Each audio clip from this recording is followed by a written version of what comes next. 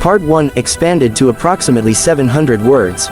Ethan Crowley had never believed in fate, not until the morning he rode down to the river bend and saw her standing in the middle of the water like a spirit carved from mountain stone.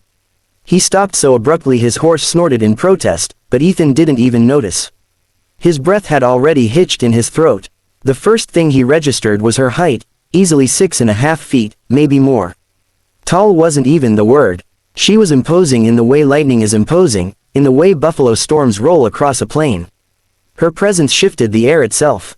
Her shoulders were strong, her back straight as a spear shaft, her arms sculpted from a life of riding, hunting, and fighting. But it wasn't her strength that rooted Ethan to the ground.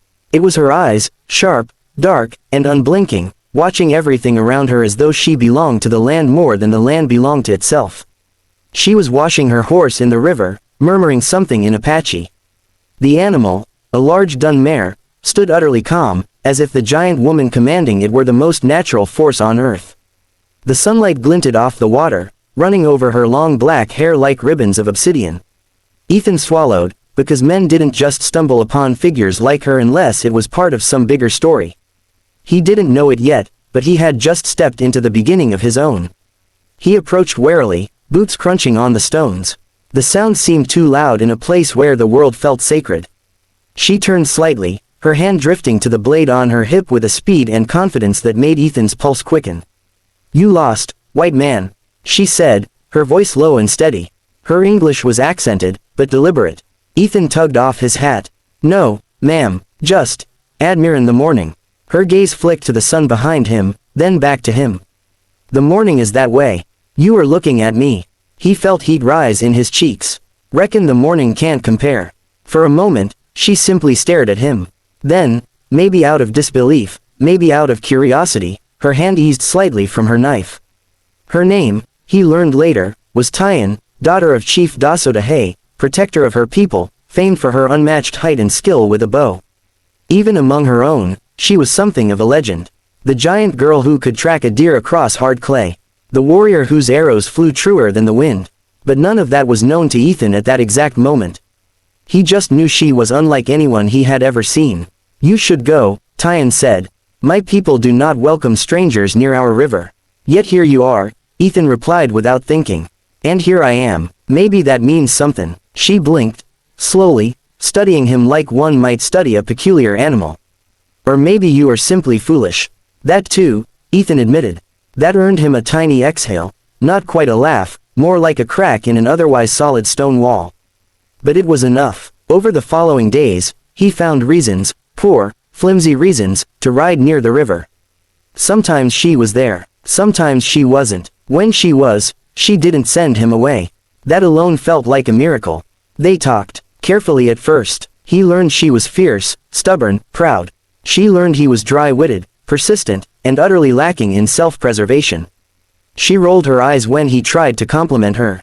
She smirked when he accidentally stepped on a snake. She outright laughed, just once, when he fell face first into a prickly pear while trying to impress her with some horse trick he absolutely could not do. "You are not a smart man," she said, offering him her hand. "No," he groaned, taking it. "But I'm a determined one." Her grip was strong, warm, grounding. The more time they spent, the more Ethan understood the truth he'd been trying to ignore. He wasn't just fascinated by her. He was falling for her, fast and hard. Part 2 expanded to approximately 700 words. Dawn came slowly over the New Mexico desert, spilling pale pink light across Ethan Crowley's ranch. It should have been a peaceful morning, quiet, warm, the kind of day that begged for coffee on the porch and slow work in the barn. But the moment Ethan stepped outside, the world had already changed. He froze. His entire ranch, every fence post, every stretch of open earth, every inch of ground, was covered with shadows. Moving shadows, silent shadows, Apache warriors, not 10, not 50, but 300. They surrounded his home in a perfect ring, mounted on painted warhorses, spears gleaming, bows drawn, not quite threatening, but far from welcoming. Only the faint snorts of the horses broke the suffocating silence. Ethan rubbed his eyes, half convinced he was still asleep. But no, this was real. This was happening. His proposal to Tyan had been foolish, reckless, and wildly romantic, and apparently an act of war. "Well," he muttered, Guess she wasn't exaggerating about tomorrow. He stepped off the porch slowly, hands raised slightly to show he meant no harm. He wasn't sure it mattered. Every warrior stared at him with a look that landed somewhere between disbelief and readiness to turn him into a cactus decoration. Then the circle parted. Tyan rode forward on a painted warhorse, towering above the others just as she towered above him. She wasn't in river clothes now, she was in full warrior attire. Feathers braided into her hair. Beaded leather armor across her shoulders. A longbow on her back and a knife at her side. She looked like she had stepped straight out of a legend. Beside her rode her father, Chief Daso Dahe. Older, sterner, his face weathered by sun and wisdom. His posture alone commanded respect. Ethan swallowed as they approached.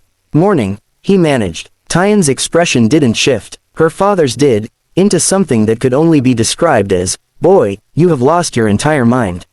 "Ethan Crowley," the chief called out, his deep voice rolling across the land. "Do you know why we are here?" Ethan considered lying, but the man's stare made that idea shrivel and die.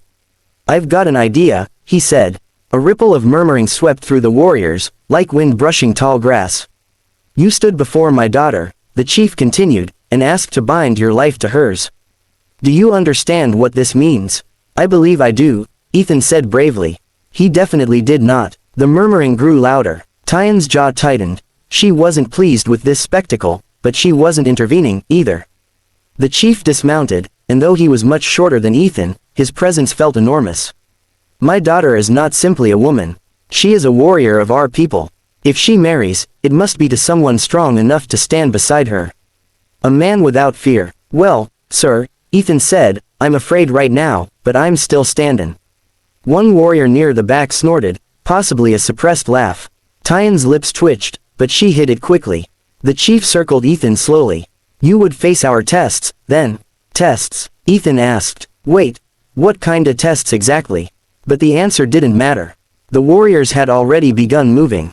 Horses stepped back, forming a wider ring. The chanting began, a low, rhythmic hum that vibrated through the ground. Ethan's heart hammered. Tyan stepped closer, her voice firm.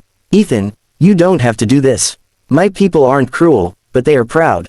They won't make it easy. You could die." He looked up at her, bruised pride and stubbornness already forming a reckless mix inside him. "Tyan, I meant what I said." She stared hard at him, searching for any crack of hesitation.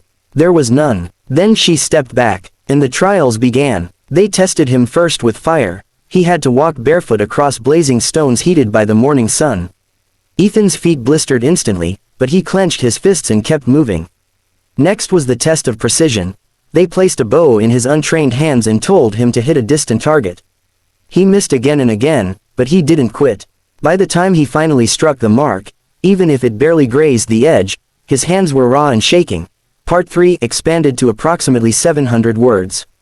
The desert was quiet in the aftermath of the trials, eerily quiet, as if even the wind held its breath. 300 Apache warriors stood in a wide semicircle, their painted faces solemn, their horses restless but controlled. Ethan fought to stay conscious as he knelt in the dust, every muscle trembling, every breath tight and uneven. The world tilted and blurred around him, but he refused to fall. Not now, not in front of her. Tyan stood beside him like a stone pillar, tall, unshakable, protective in a way she hadn't been allowed to show before. Her hands hovered near him, close enough to help but not quite touching. She couldn't intervene, not until the final judgment was given.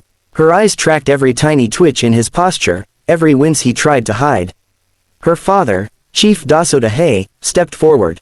His shadow fell over Ethan, long and heavy beneath the afternoon sun.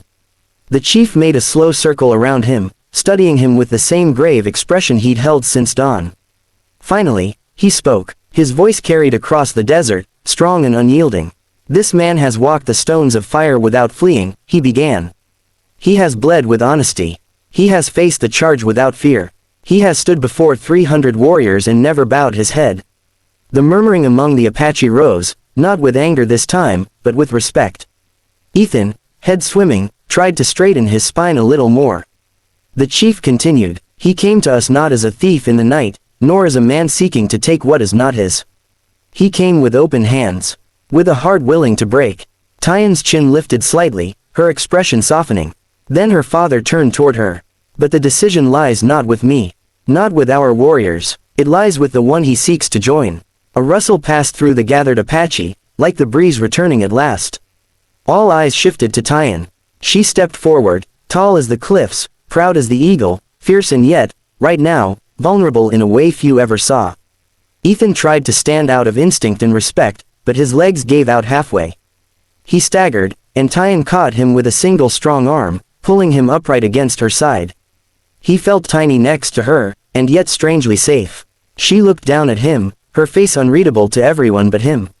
In her dark eyes he could see everything: fear, frustration, tenderness, disbelief, and something like hope.